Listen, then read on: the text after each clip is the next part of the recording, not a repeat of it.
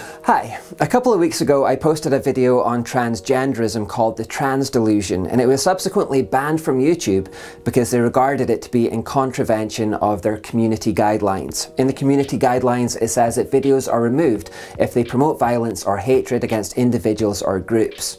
Now, I submitted an appeal over the weekend, and I'm grateful to YouTube that they even have an appeals process, but unfortunately the original decision was upheld.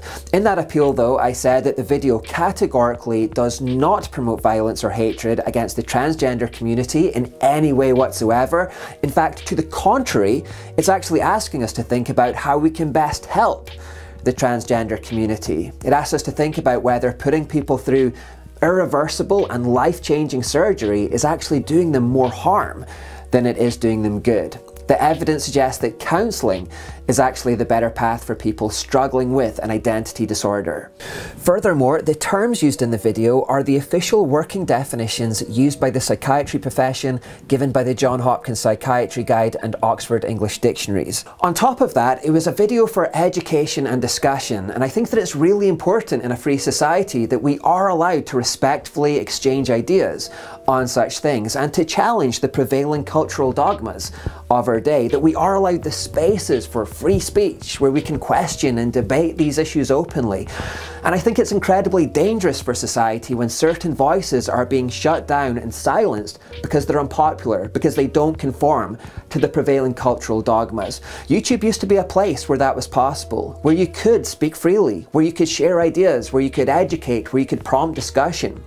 It was a place where voices from across the whole spectrum could have an outlet and be heard. There was a democracy to it. But unfortunately, now that does seem to be changing very slowly. It is coming to pass that if you don't conform your thoughts and speech to the accepted dogmas of the day, then you're going to be punished for it. And it doesn't matter how respectful you are, it doesn't matter how scientifically based your argument is, it doesn't matter how educational, how well intentioned it is.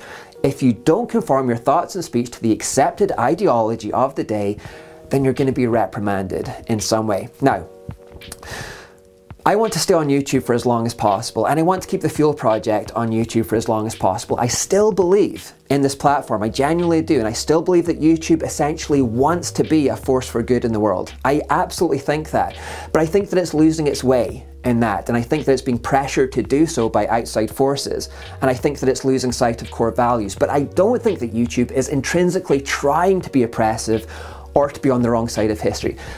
I just think that they're losing sight of what is most important in a free society, and they're losing sight of what has made YouTube such a great platform for such a long time. However, all this being the case, I do have to make some contingency plans now in case we keep being targeted. I think it's important that fail-safes are now put in place. So again, I will stay on YouTube for as long as possible. I'll keep posting here for as long as possible. But I think in future, possibly videos may have to be posted on 2 platforms now at the same time, so that if one gets shut down on YouTube, there will always be a backup option somewhere else.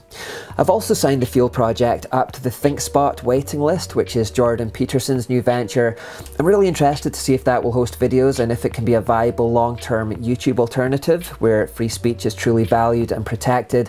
I actually have really high hopes for that platform, so I imagine that the Fuel Project will be on there whenever it's ready. In the meantime, if you want to watch the Trans Delusion video, unbeknownst to me, somebody actually copied it and made an upload on another website, which has turned out to be a good thing because it means that it now still exists on that other site. So yeah, I'll post a link down below if you want to go watch it. Please do go watch it and share it far and wide as much as possible. I guess I should also say, while I'm here and I'm making a video, I might as well, that I'm actually going to be taking a break for a few weeks now, and that's nothing to do with this. It's just because it's been exactly 1 year since I last had a proper break. So yeah, it's just time for a little downtime and to take a break and to plan for the future and the next phase of the Fuel Project as well. And hopefully the channel will still be here by the time I get back again. But anyway, I'll be back in a few weeks and we'll get right back into it.